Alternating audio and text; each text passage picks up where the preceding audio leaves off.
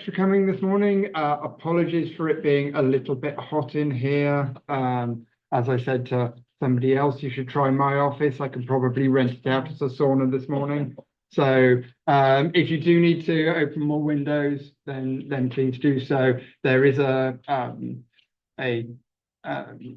pre-K that meets downstairs. So if they come out to play, you might get some feedback from them, but otherwise we are trying to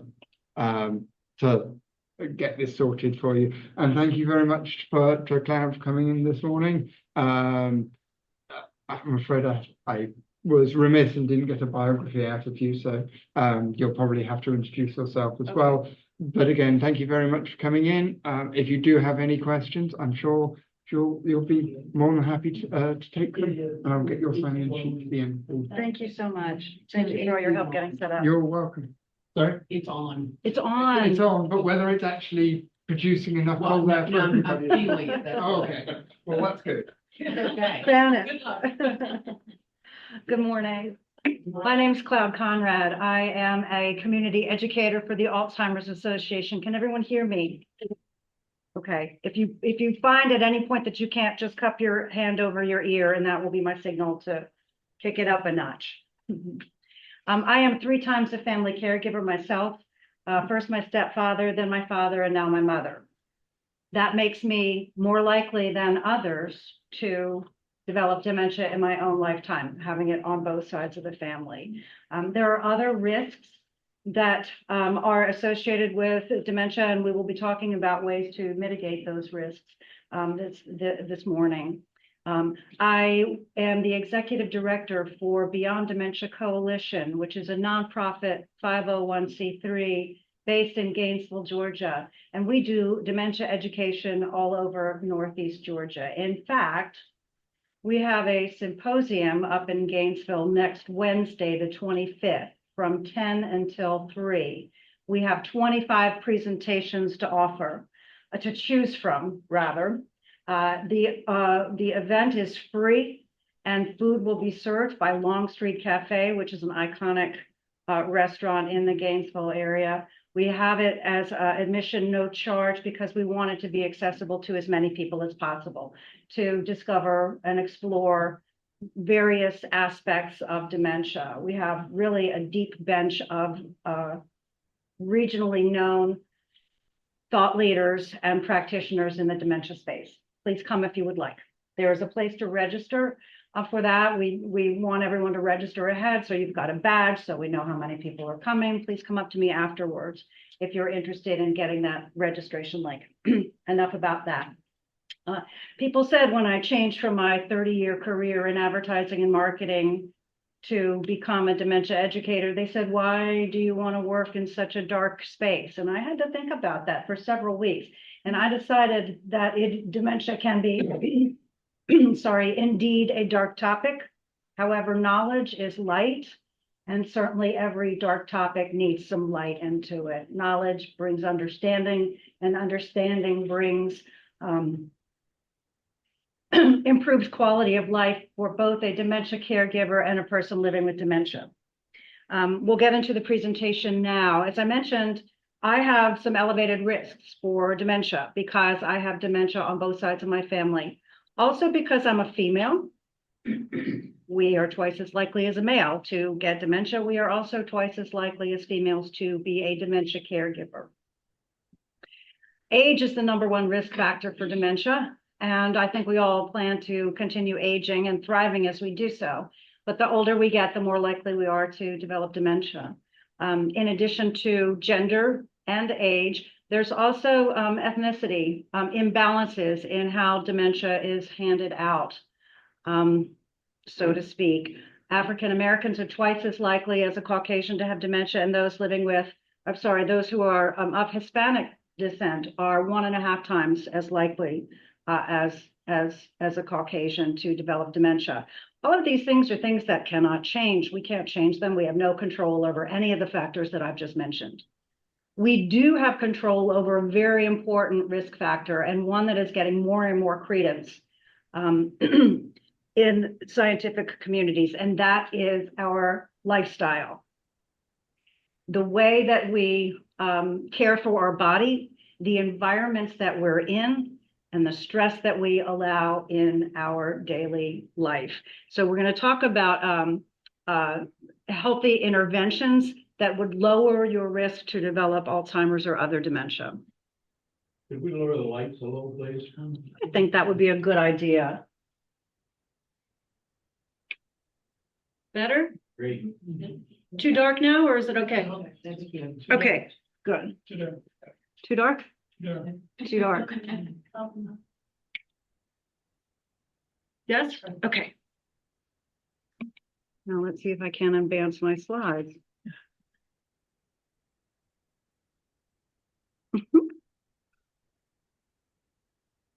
Tim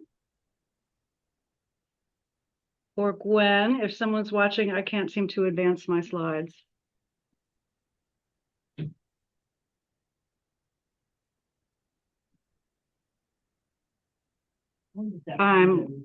What's this? Oh. I'm just going to start talking. Someone is seeing this, I hope, and will come in and fix our dilemma here. But talking about lifestyle intervention, I'm going to, here it comes. Okay, good. Hello. Hello. Yeah. We can't click. I'm gonna watch what he does. Okay. I'm always All right. much troubleshooting. I'm going to try to distract you over on this side. There's four main areas where we have the ability to make some choices and take a little bit of control over our risk factor for dementia. One of them is cognitive stimulation, and that you are here.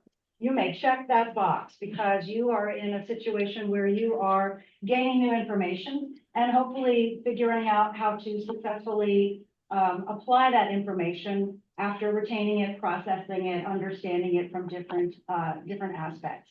Cognitive stimulation is vitally important for us to thrive throughout our life, and it also really can lower our risk for dementia. The more that we are keeping our brains busy with multiple kinds of cognitive skills, the better off we are. That's why they say ballroom dancing. I know it sounds crazy, but ballroom dancing is a great exercise if you are looking to improve your exercise. And exercise and nutrition is another important category in this whole lifestyle intervention piece of things. Why ballroom dancing? Because you are coordinating your feet and your hands that are often doing opposing things with someone else's body. So you always have to know where you are in space and relative to that other individual. And you are anticipating the next step as you process the music and maybe remember the steps from before. So that's so many different cognitive skills that are involved in ballroom dancing. And so if you didn't really understand the value of ballroom dancing or why people would say that, maybe now there's a little more insight into that. It's why people say, learn a new language, take up a musical instrument. I think ballroom dancing sounds easier than either of those other two options. But the reason that they say that is because you are using learning new information, remembering new information, and using new information if you're speaking French with someone else. Or you're, oh, excellent, thank you. You've tuned up your mandolin and you're about to join the bluegrass jam to play with others. You need a lot of different cognitive skills to do these things. Okay. We're going to pull back up to the highest elevation, and I'm going to give you the whole overview of what we're going to talk about today, and then we'll dig back in. Strategies for healthy lifestyle choices are going to touch on the way that we sleep, whether or not we smoke, our mental health. Remember, I said a minute ago, stress is definitely a risk factor here. Our physical activity, as we just mentioned, balanced nutrition, cognitive engagement, which we talked about, and social engagement. And so we'll explore these and see how they might benefit our quest to thrive as we age and lower our risks of dementia. The brain is the control center of the body, and there's over 100 billion nerve cells that are all involved with each other, the interconnectivity of this community of brain cells is very important in the way that we age and the way that our brain ages. This network is in charge of bringing processing nutrition in the brain and the cells communication back and forth within each other, because no one cell operates alone. It's always a joint venture, if you will, between all the cells of the brain. Because Alzheimer's destroys brain cells, the connectivity in our brain is damaged, hampered, impaired, and that makes it harder for us to succeed in normal brain functions. In dementia education, we talk about activities of daily living, such as dressing oneself, bathing oneself, feeding oneself, walking around, for example. And if that connectivity is damaged in the way as caused by dementia, that the connectivity in the brain and the brain cell volume is going to continue to decline, decrease as the progression of dementia, which is a degenerative disease, proceeds. So when we think about cognitive impairment, there is a clear and one-way progression between, when we think about cognitive health, we start at perfectly healthy, no cognitive impairment. Then there's mild cognitive impairment, which may occur in some of us. And then if it is indeed dementia, it will proceed on to early stage dementia, middle stage dementia, and late stage dementia. Question? What's the time span? I have received a diagnosis of early onset dementia. Thank you for your question. I'm sorry to hear that. I hope that some of the things that we talk about today will give you some optimism, as is due. It can be anywhere from 3 to 20 years, depending on a lot of different factors. Comorbidities, if you have another chronic disease, if you have cardiovascular issues, then your lifetime could be on the shorter side. If you don't adopt the strategies that we're talking about today, then you might have a shorter lifespan. On average, so 3 to 20 is a broad span of time. We normally see 5 to 8, 9, 10 years. But there are factors that will make anyone's individual scenario vary there. Let me add to that, sir. There is more and more research. Most of it is coming out of Sweden right now, or the Scandinavian countries, which are heavily Euro descent. What's the word that I want? Where we typically have the lower risk of dementia anyway. So these studies aren't a broad picture of the full population of the United States or the world when we think about ethnicity. But these studies show that lifestyle choices can lower one's risk and also slow one's progression of dementia. So this is very exciting. In the beginning, I was talking about things that increase our risk that we have no control over. But to think that we could make choices to slow our progression or lower our risk altogether is very exciting. And the scientific community is very excited about this as well. The heart-brain connection. The blood, the heart distributes throughout the body. The blood as sent to the brain, which is about 25% of our blood is working in the brain at any given time. That blood is bringing oxygen and nutrients to the brain. And those oxygen and nutrients are vitally important for the brain's healthy function. And so this is why when we say, if you smoke, you should stop smoking or reduce your smoking, because the act of smoking reduces our body's ability to circulate blood most efficiently. Other things that we do that would impair our body's ability to bring healthy blood to the brain, a too fatty diet, too much alcohol, all of that is going to affect our cognitive performance, frankly, forgetting dementia, but it can increase our risk or hasten the progression. Smoking also impairs our ability to bring oxygen, proper, good oxygen through the blood to the brain. So in case you never thought there was a good time to quit smoking, this would be it. A little quiz for you. Alzheimer's, is this a normal part of aging or not? Is this statement true or false? This statement is false. Yes. If I can click over there, I will prove that to you. Correct answer is false. Alzheimer's is a progressive and fatal brain disease. Symptoms usually develop slowly and get worse over time. It's not a normal part of aging.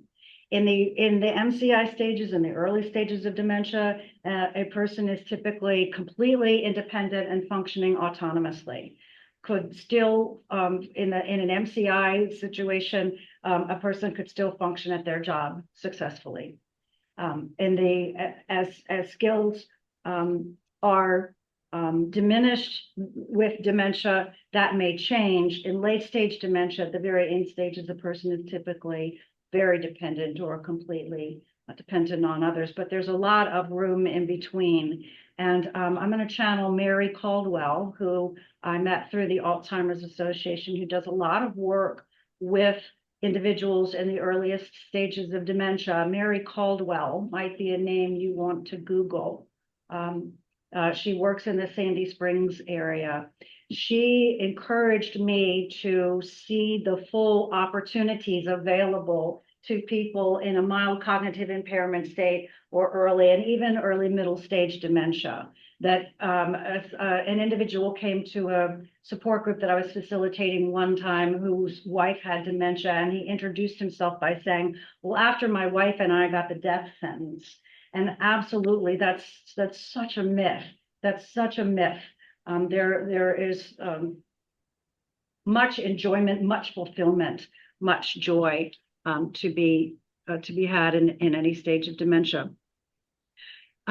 When we think about dementia, we are talking about a situation where, I'll get to you just in one moment, where an individual has memory changes that are affecting daily life in two particular areas. Memory, did I just say that before? Brain changes in two different areas that are affecting daily life, memory being one of them, and then another cognitive skill being another. This could be visual processing. It could be our ability to process speech and produce speech. It could be our ability to enjoy complete manual dexterity and gross motor skills. It could be our ability to plan and make decisions and weigh consequences and complete steps in a task.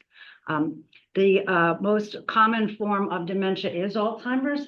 People ask me, I have dementia, does that mean I have Alzheimer's? Or I have Alzheimer's, does that mean I have dementia? When we say cancer, and we think about it, we could list out several different kinds of cancer: prostate cancer, breast cancer, ovary cancer, brain cancer, et cetera. Cancer is a big category or an umbrella underneath which are all these different kinds of cancer. And the same is true with dementia. Dementia is the umbrella. Frontotemporal dementia, Lewy body dementia, vascular dementia, and Alzheimer's are the most common forms of dementia. Alzheimer's is responsible for 3 out of every 4 cases of dementia. So people tend to think Alzheimer's and dementia are synonymous, but they're not. Alzheimer's is a subset. It's beneath that umbrella of all dementias. I'm not going to spend time on this because we talked about it in the beginning. To some degree, you have some choices in your environment, but not as many as we would like. But certainly, and we don't have choices in our genes or our family history or our gender, but we do have choices in our lifestyle. And this slide is encouraging folks to work with their doctor to keep up with their numbers, to make sure that blood pressure, blood sugar, weight, and body mass index, that's what BMI stands for, and cholesterol are all in the healthy ranges that your doctor likes to see. This will greatly reduce your risk right here of developing a form of dementia. There are some other chronic diseases which might increase our risks for dementia, hypertension, diabetes, and midlife obesity all fall into this category. And cholesterol is something that's being stressed here. Good cholesterol is good for the heart, and what is good for the heart is good for the brain. And we're going to hear that common refrain over and over. What is good for the heart is good for the brain. Fortunately, there's not enough dementia education out in the community, but through decades and decades of public health efforts to create a lot of awareness around heart health, we know a lot of the things inherently that we already know things that are going to help our heart. So we already know these choices.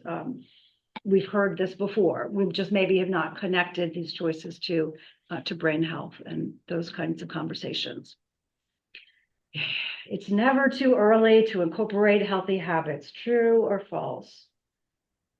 True. Okay, pretty obvious, right? Everything that we do. In fact, I used to be a smoker. I had 24 pack years, in fact, and my doctor said to me, and this was the thing that really made me change, because I thought, what's the point? My lungs are already black. I've already done the damage. She said, oh, no, no, no, Cloud. If you quit smoking, eventually, if you have no masses now, eventually your lungs will clear, and they will be clear within thus and such a time. I don't remember what it was. So that was very encouraging. I can't make the same promises about these other lifestyle changes that we would make, but we all know that and the medical community knows that they are lowering your risk. Quality sleep is really important. Sleep is where our brain rests. It's where our brain rejuvenates. It's when it sloughs off dead brain cells and regenerates new ones. We talked about smoking, of course, taking care of mental health. Too much stress. My father would say, dumps, that was my nickname. He'd say, dumps, stress will kill you. I worked for an advertising agency for decades and decades of constant deadlines. And it did indeed have took a serious toll on my body, which is one of the reasons I changed professions. My doctor told me that my white cell count and the inflammation in my body was at such elevated levels that it met those that she would expect to see if there was cancer in my body. One of the ways that we can reduce inflammation is great sleep. If you're not getting 8 hours or at least 7 a night, that's a good step to take forward, and that's maybe easier than some of the other ideas that we're going to share today. Making sure that you get 7 or 8 hours of sleep in the night. If you can't, also a regular schedule about sleep, going to bed at the same time and waking up at about the same time. If you can't do both of those things because of the demands that are in everyday life, it's better to wake up the same time every day. I can't explain to you why that is, but I've read that from more than one source. But good sleep is a really important strategy for a lot of reasons. When we function better, when we're well rested. Get moving, exercise. That's good for your heart.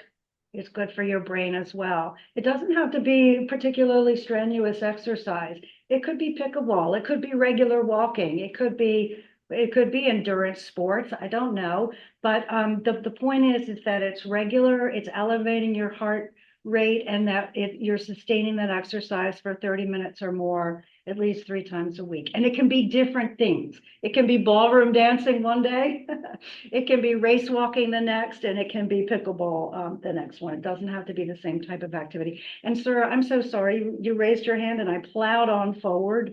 What were you going to ask me? You had mentioned that dementia is not a part of normal aging. Yes. And I understand that, but it seems to me that a number of things that would be connected with early age or with aging often mirror dementia. I forget the word I really wanted to say.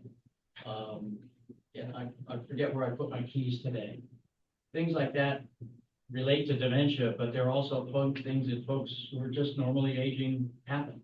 Yes. And this is one of the difficult things when we talk about detection. of dementia in one's brain or one's blood. The earliest signs of dementia look like normal aging. I'm missing a word. I can't come up with your name. I know your face, but I can't come up with your name. Where are my keys? Just as you mentioned, exactly. And some facial recognition or staring right at an object and not recognizing it. One of the key differences, and I'm so glad you're bringing this up. One of the key differences is when you have that lapse, you know, the words on the tip of your tongue, but you can't come up with it, but you recover it later, you driving back to your home after this presentation and you remember, oh, right, the word is, you know, blah, blah, blah, or her name was blah, blah, blah. You recovered from it. If you have the ability to recover from that kind of lapse, then it's probably normal aging. There's three key ideas that the Alzheimer's Association shares with us about how do you tell the difference? You know, how would a lay person know whether or not to worry? It's not, we're not talking about detection right now, but whether or not to worry. If you can recover from that lapse, probably normal aging. If it's not happening so frequently that it's affecting daily life, probably normal aging. And the third one is it different for you? Is it different from before? So if you've always been meticulous with your checkbook and balancing your checking account or what have you, and now you are bouncing checks or missing bills or double paying bills, or you just can't get the balance, you know, like you used to, then that might be sign for concern. So different from before, different for that person. If you've never been good at balancing your checkbook and you bounce a check, probably normal aging. You know, there's other problems there, but it's probably not dementia. Different from before, different for that person. Happening so frequently that it's affecting daily life. And can I recover from it? So I call that RAD. Recovery, affecting daily life, different for that person. Yes, sir. What's the youngest age of a person who's been diagnosed with dementia? I do not know. He asks, what's the youngest age of a person diagnosed with dementia? I do not know, but I'll tell you this. We are seeing dementia diagnosed earlier and earlier as time is going on. So it's not just aging. That could be a factor here. And that makes me, and this is not the Alzheimer's Association talking, but that makes me think that environmental factors are an important part of this conversation. My father, frontotemporal dementia is what my dad had, and that tends to present earlier than Alzheimer's, for example. We started seeing signs in him when he was 40. Early onset is considered a diagnosis that occurs before the age of 65. We are seeing more and more of that. There's about 250,000 people in the US that have early onset. It's not common, but we are seeing more of that. And to kind of take your thought and bring it a little bit in an adjacent direction, these numbers are loosely true. For those who are 65 plus, maybe 1 in 20 has some form of dementia. For those who are 75 plus, maybe 1 in 10. For those 85 plus, maybe 1 in 3. Now, as baby boomers age, those that were born in 1946 are turning 75 now. I was born in 1961. I'm at the tail end. So the next 20 years, we are going to see more and more dementia diagnoses because the baby boomer generation is so huge. There are so many of us in this country, at least, but not only our country. So we see 1 in 3 that are over the age of 85 as baby boomers age. We say Alzheimer's is not a normal part of aging, but when the balance flips, in 20 years, we could expect that 2 out of 3 people living over the age of 85 have dementia. And then Alzheimer's or dementia would be normal aging. So I guess that's to say dementia will become more and more common. This will help to reduce stigma. As dementia becomes more and more common, the community as a whole will should Part of the reason I do what I do, become more knowledgeable, more cognizant, more accepting, and more equipped to help support those who are living with dementia in their activities of daily living, help them succeed at whatever they attempt. Yes, ma'am. Then we can assume that after we're gone, it's gonna drop. We can assume that, but what we should assume, what we're all, I think, assuming is that the scientific community, the medical community will have developed effective treatments, cures, and preventatives that we can manage dementia a lot better and even prevent it into the future. I do think that for most of us in this room, we will see effective treatments in our lifetime. Unclear exactly how soon. I'm just preparing a slide for another presentation that I'm doing next week. It's very exciting to see the momentum. If you look at the timeline of therapy developments for dementia, it's very exciting to see the momentum being gained. The flywheel is really picking up speed, and we're really getting some tooth into this. But that's another talk. Sorry. Did I finish with your? Okay, I will proceed then with the slide material. Eat healthy. Obviously, a heart healthy diet is a brain healthy diet. When we talk about the heart brain connection, what does that mean? You might have heard of a Mediterranean diet or a low fat diet, just more simply a low fat diet.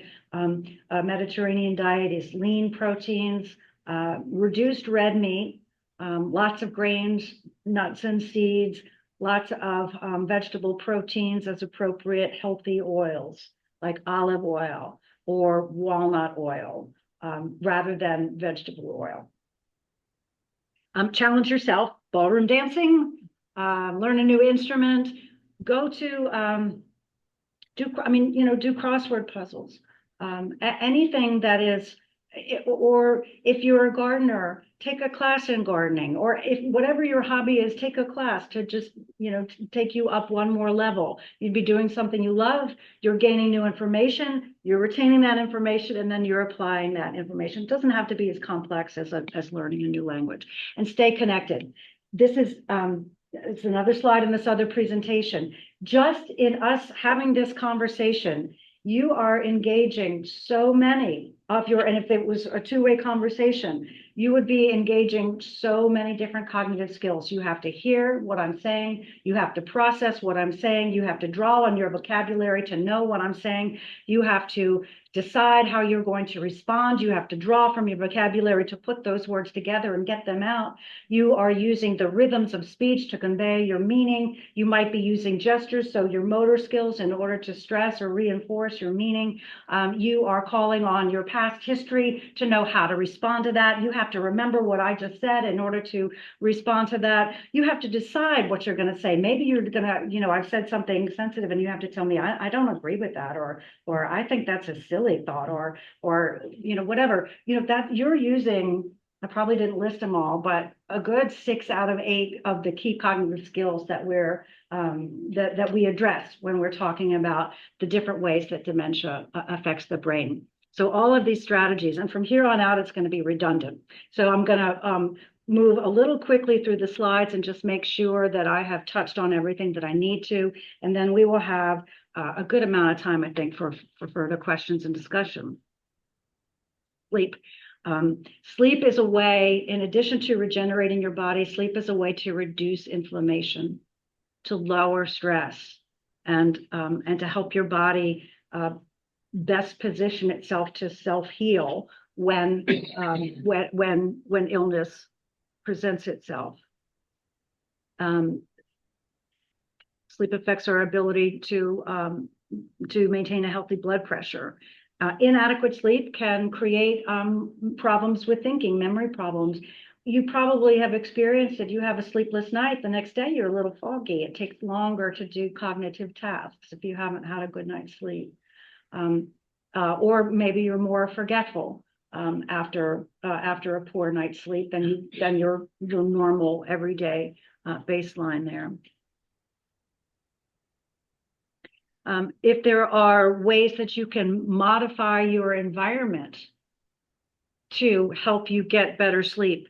That would be a good thing to do. My little sister, you know, the movie starlets. I remember movies in the 50s and 60s. The movie starlets always had those glamorous black things that they would, you know, with elastic on the back that they would sleep to get the best sleep possible. My little sister uses that. Because she has to have a completely dark room in order to get quality sleep.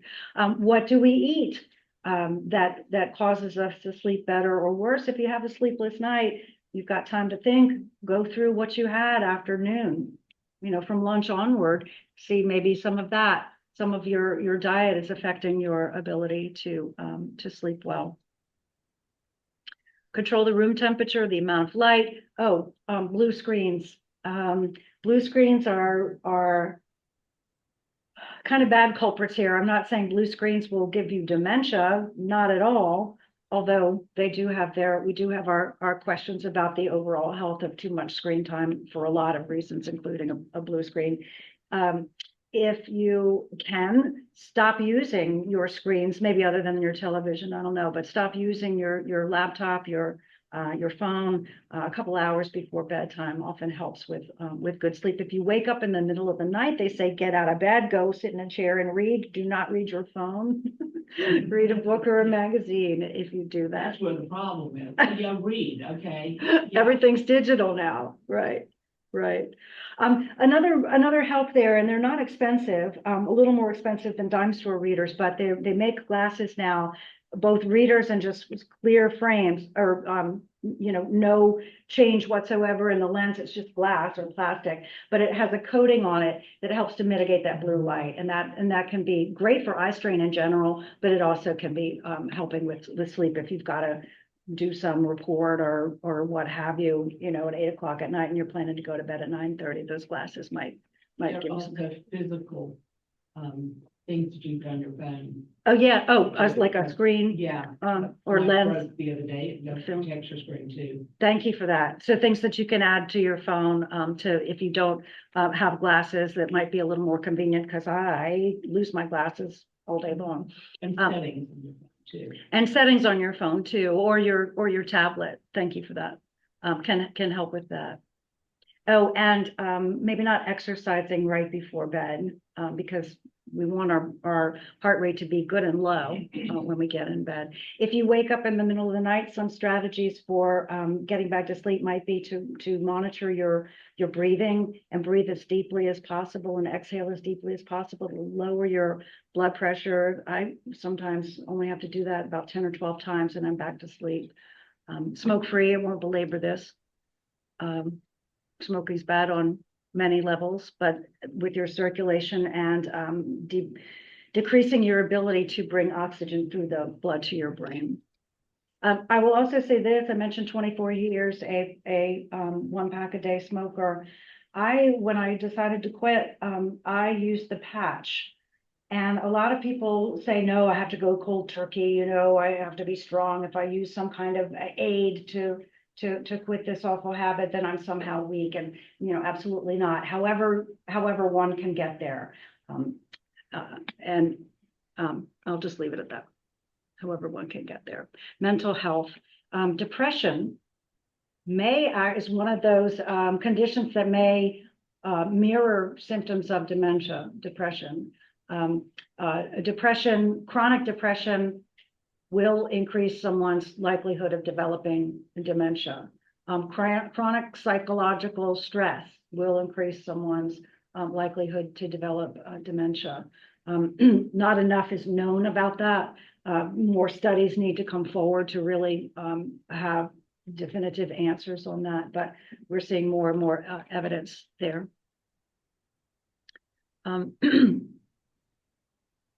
Self-care. We all have so much stress in our lives, and as we age, we raise our children. We're in charge of not only keeping them alive, but helping them thrive as the leaders of tomorrow. That's a big task, and we put ourselves last in that. And after we get used to that, we're doing that for 18, 20 years, however long it may take. It's hard to fall out of those habits. But And so we continue to put ourselves last. And then we care for an aging sister or a mother-in-law or a father-in-law, and we continue to put ourselves last. And when we do that, we are lowering our ability to thrive. We are lowering our ability to live a long life, and we are lowering our ability to reduce the risks, mitigate the risks of dementia. Self-care, what does that look like? It's not a fancy trip to a spa. It's sitting alone with yourself, having some time to reflect in a positive way. It's doing something you love. It's being with people you love. It's sleeping well. It's eating well. It's forgiving yourself. And it's, and avoiding stress. But self-care means something different to each individual. It's a good idea, dementia or not, I think, to reflect on self-care and how we're doing with our well-being, and if there are changes that we can make to improve our well-being. Sing a song, take a nap, ballroom dancing, here it comes again, read a book, watch a funny video. All of these things are low-cost ways to engage in self-care habits. Get moving. We haven't really talked about exercise too much. I top line it by saying several times a week, raise your heart rate, 30 minutes or more a day, but it doesn't have to be super strenuous, and you don't have to run marathons. Physical activity can take a lot of different shapes. Gardening is a perfectly fine physical activity. Get your heart rate up, get you moving, call on all different muscle groups in order to do your gardening chores there. Important if you are embarking on a new activity that might be for physical activity and it might become a new hobby, is to start slow. It's common sense, but we all tend to think, this big pronouncement, I'm going to start running tomorrow, I'm going to start walking tomorrow, and we make it bigger than it has to be. Tomorrow's walk only needs to be 5 minutes. Next week, we can up it to 10. The week after that, we can up it to 15. Starting small is a great way to help ensure success. And it's fine to have big goals, but attainable goals and reasonable goals within your ability and within an appropriate time frame. Something that I want to highlight now is that, and I kind of alluded to it a minute ago, but we can combine these activities. Social engagement and walking go together great. Social engagement and pickleball go together great. I've never played pickleball. I don't know why I keep picking on pickleball today, but it's fun to say. Also, healthy diet, cooking a meal with friends, social activity, and you're putting good food in your body. Take a class with a friend, social activity, learning new skills. There are a lot of different ways to combine these, so it doesn't seem so daunting. Oh, I got to do all of this. A lot of these things can be paired and go together. I've already touched on this. What the science tells us, what's good for the heart is good for the brain. Nutritious food is fuel. A balanced diet lowers your risk for heart disease, Parkinson's disease, stroke, diabetes, Alzheimer's, and it just generally helps the body function its best. Your good circulation and your healthy blood really is an important strategy for your body to use to heal itself from any kinds of stress or ailment that presents. So I mentioned the Mediterranean diet. I did not discuss the DASH diet, which is dietary approaches to stop hypertension. And I did mention before fruits and vegetables, although I didn't say it in so many words. Fresh is better than cooked, but fruits and vegetables of all kinds. Fresh is better than canned. I suppose frozen is better than canned, but there's nutrients in all of those forms of fruits and vegetables. Nuts, beans, whole grains, and seeds, I will add to that. Lean meats, fish and poultry, healthier fats, and limited sugar and salt. And here's where I'm going to share something that is brand new information. And there's something else. Say to me, if I haven't covered it in 5 minutes, Cloud, what was the second thing? Brand new information. Number one, the research is early, but the Alzheimer's Association just told me in this talk that they shared with community educators in August that there are studies that suggest that if one is eating processed red meat, It will increase your likelihood of developing dementia by 14%. What is processed red meat? Hot dog. Hot dogs, thank you. What else? Fine. Bologna. Not bologna, bologna, yes. And Pepperoni. Salami, sausage. all of that. Summer sausage, love to slice of summer sausage with the cheddar cheese and a little red onion, put it on a Ritz cracker, none of that. Well, the onion's healthy. That's an important point too. We all have our things that we, as part of self-care, you know, have the piece of cake. It's just about managing what an overall week would look like, not any given day, in terms of all of these health aspects that we're talking about. What was number 2? Was that what you were gonna ask? No, that's gonna okay. ask a related question, and maybe you'll go there, but is there any data on supplements, any supplements that might decrease your risk? I won't speak to any supplements that will decrease your risk. However, because there are lots of them, there is a growing body of evidence that a nutritional regimen, a focused nutritional regimen, can lower your risk and also can slow your progression and also can actually,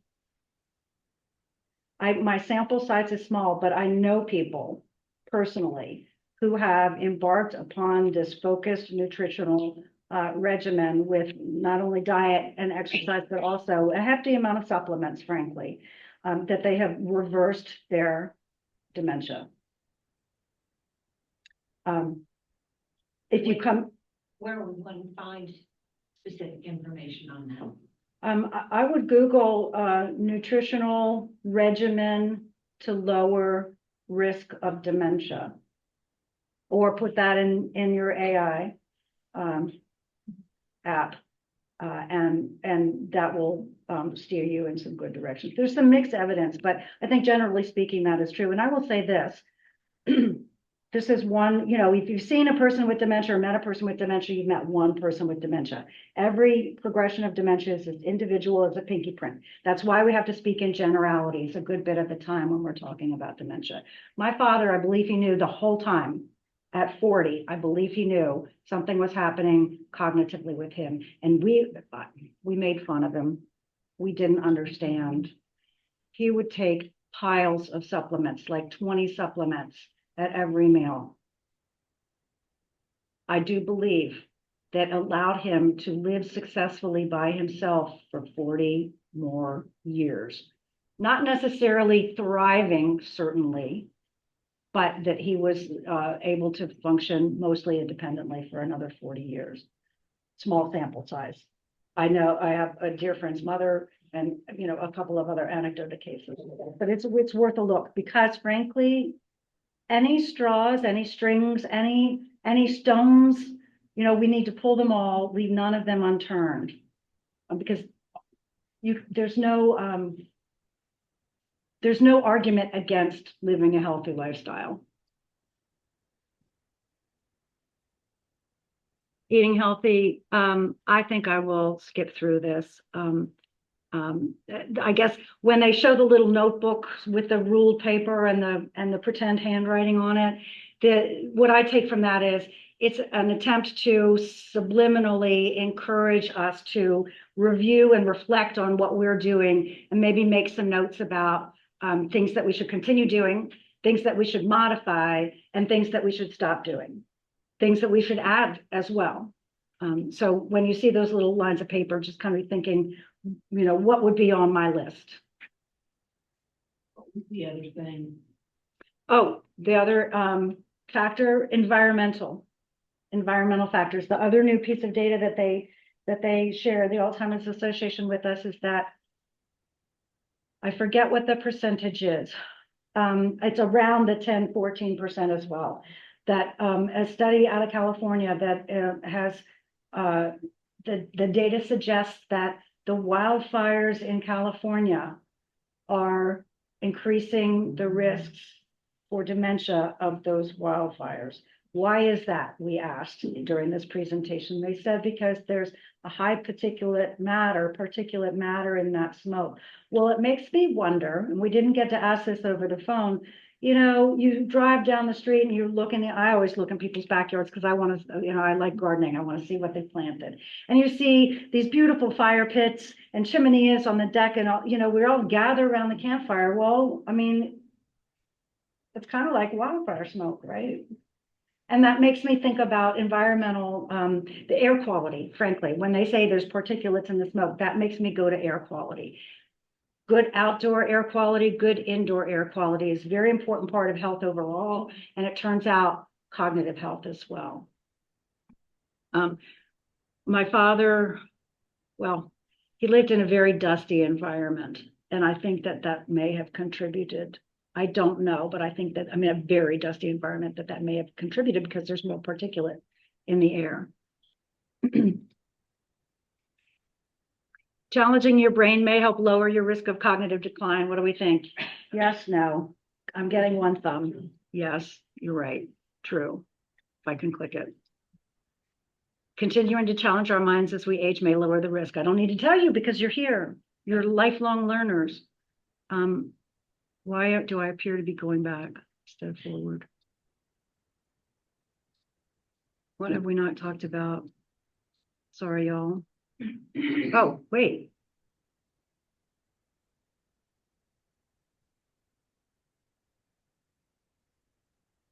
I'm sorry. I saw something about diet and nutrition.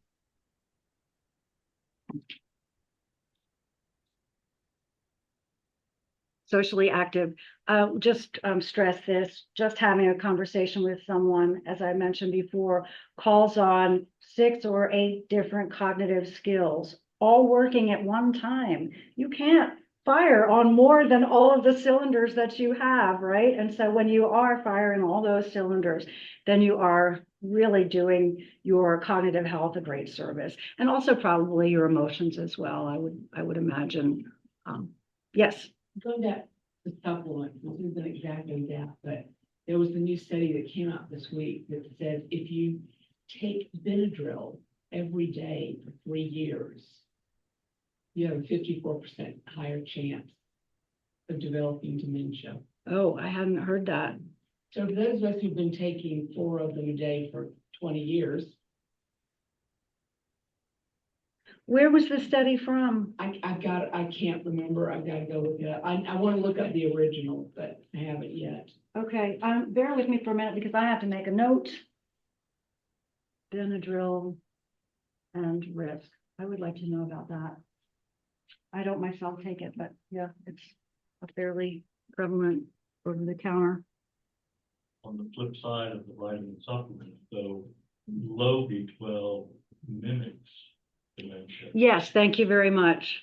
Low B, you know, we were talking about depression. We were talking about hearing loss. We were talking about some simple memory loss, mimic dementia symptoms, as does, and other perhaps nutritional deficiencies.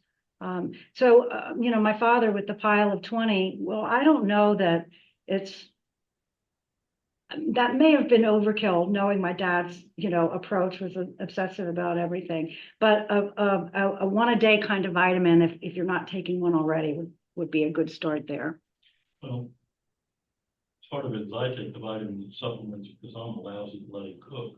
And, you know, I make crappy food and I'm not eating all those healthy things. And so I'm going to do a few things like B12 and D3 and some others to make sure I'm getting at least my minimum.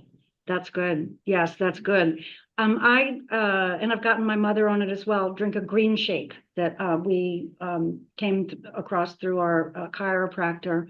A green shake that, and I won't name a name, but you can find it on Amazon. You can find these a lot of places. A green shake that the requirements that you're looking for is within 1 scoop of it, or whatever the dose is, you're getting all of the nutrients that you would get in a proper, healthy, daily portions of fruits and vegetables. Now, it's not to replace the salad, it's not to replace the sweet potato, it's not to replace the apple, but if you have the green shake every day, you can be sure that if there was any gaps in your healthy eating, that you had everything that you needed for that day. And they don't taste bad either.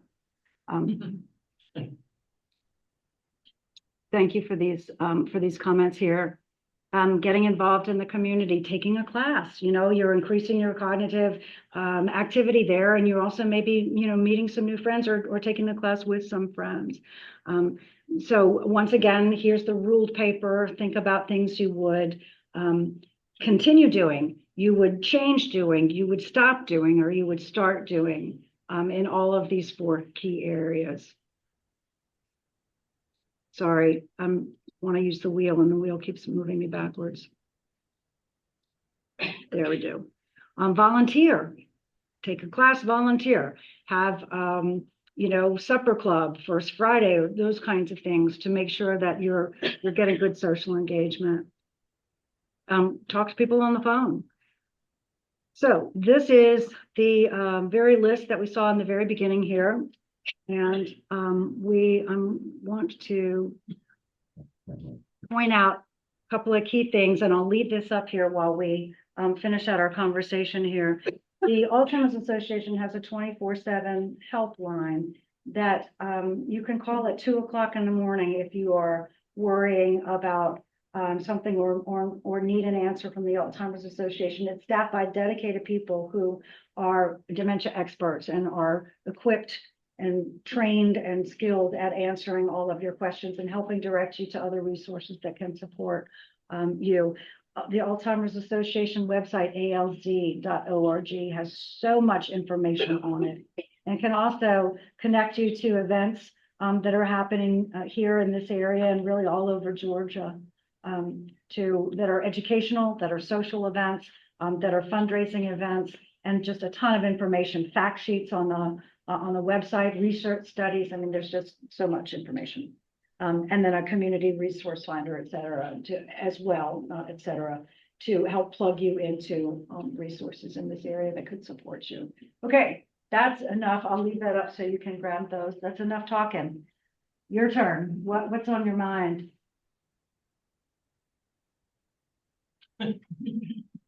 You're overwhelmed by the response. I've spoken so long that I've dulled your senses and no. Put you to sleep. Defined to me for intermittent sleep, and I shouldn't say this because I've already said what a lousy lifestyle I'm leading. But part of that is I have urination problems during the night, so I'm up 2 or 3 times, and so that doesn't sound. You and a whole lot of people. Yeah. People. But how is that defined in terms of intermittent sleep versus good sleep? Well, I'm not a sleep expert, so I have to be careful, Sure. what I say here. To me, if you are employing strategies to get you back to sleep quickly, then you can't not get up, right? So that's the plan B, is that you. Well, you could, but it'd be. It's not desirable, not desirable. But yeah, then that's your best recourse, is to use strategies.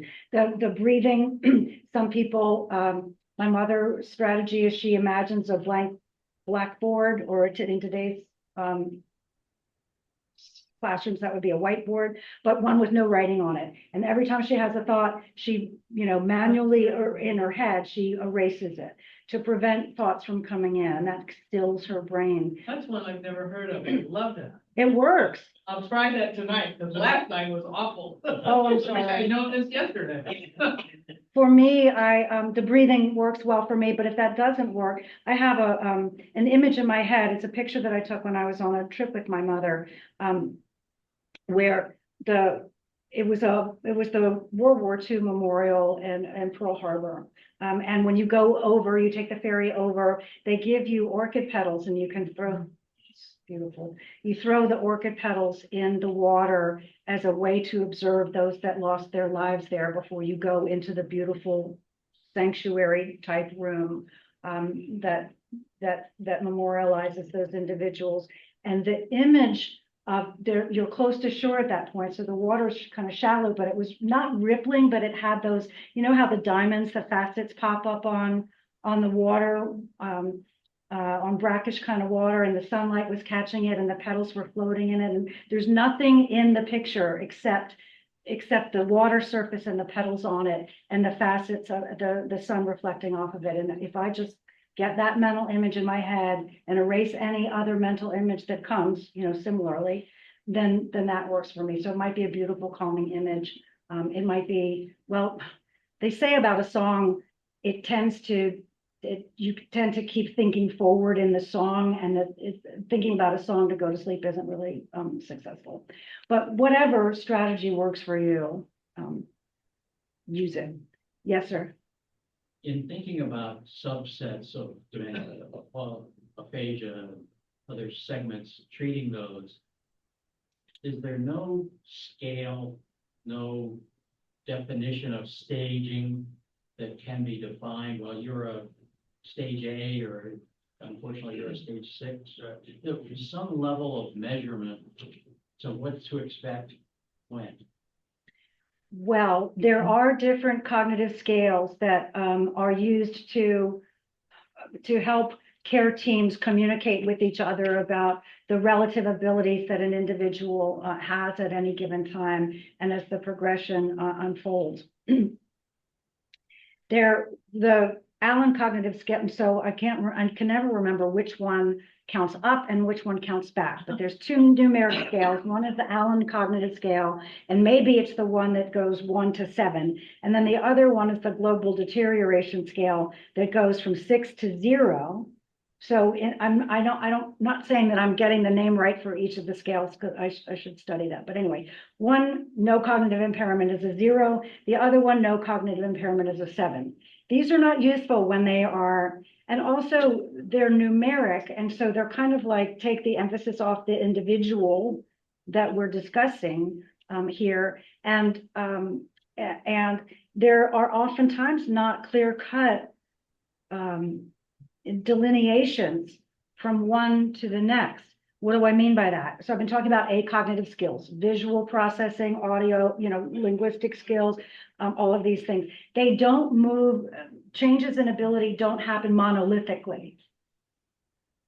You could be in middle stage dementia with aphasia, for example, but you could be in early stage dementia with gross and fine motor skills. And so that's why these numeric models have a purpose, but they're also not particularly useful at the same time. There's another one, the GEMS model, which is developed by a career occupational therapist, Teepa Snow, which talks about the progression using different gemstones. For example, sapphire, and this is the order they go in: no cognitive impairment, sapphire; mild cognitive impairment, diamond. Then there's emerald, amber, ruby. You don't have to remember this, just conceptually. And then pearl at the end stages of dementia. And the reason that Teepa Snow organizes her progression this way is because she wants us to all remember that everyone in every stage of dementia is rare, precious, valuable, and beautiful. The GEMS has its own issue, which is, even for gemologists, the choice of the GEMS don't really fall into a linear progression.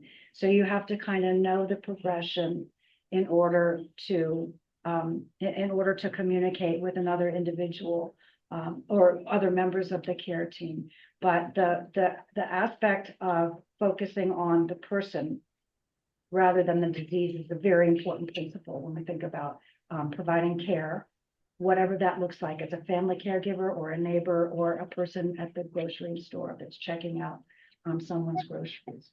The Alzheimer's Association, to close out that thought, the Alzheimer's Association prefers, because people don't move monolithically with all of their skills through the progression of dementia, they simplify.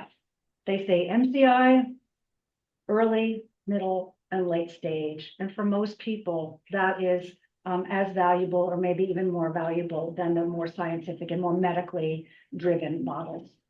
What is MCI? Mild cognitive impairment. I'm so glad you asked me that. The first stage of cognitive impairment is mild cognitive impairment, and the person with mild cognitive impairment is probably, chances are good that that person is functioning autonomously, living independently, and enjoying their life, pursuing their goals, feeling enrichment and fulfillment and contributing back. Not everyone who has mild cognitive impairment will go on to develop dementia. I do not know what the percentage is, but it's encouraging that a person's cognitive decline could stop at mild cognitive impairment, in which case they can lead I wouldn't say perfectly normal, but they can have a very fulfilling life and thrive. People, in terms of the progression, also, people don't move monolithically. You don't lose the different skills at the same rate. People don't move through the progression at the same rate. There are many, many, many people who are in early stage dementia for a very long period of time. There are many people who stay in middle stage dementia for a very long period of time. Late stage dementia is typically shorter than the others. Everybody's case of dementia is as individual as their pinky print, but I think that's encouraging, that we can stay in the various stages of dementia for a long period of time. And thrive. Sure. You and the group, do you or anybody else here have any thoughts about the use of mindfulness meditation? I'll let the group speak first. Sleep. Mindfulness meditation is what the gentleman's asked about, thoughts about mindful meditation and its presumed ability to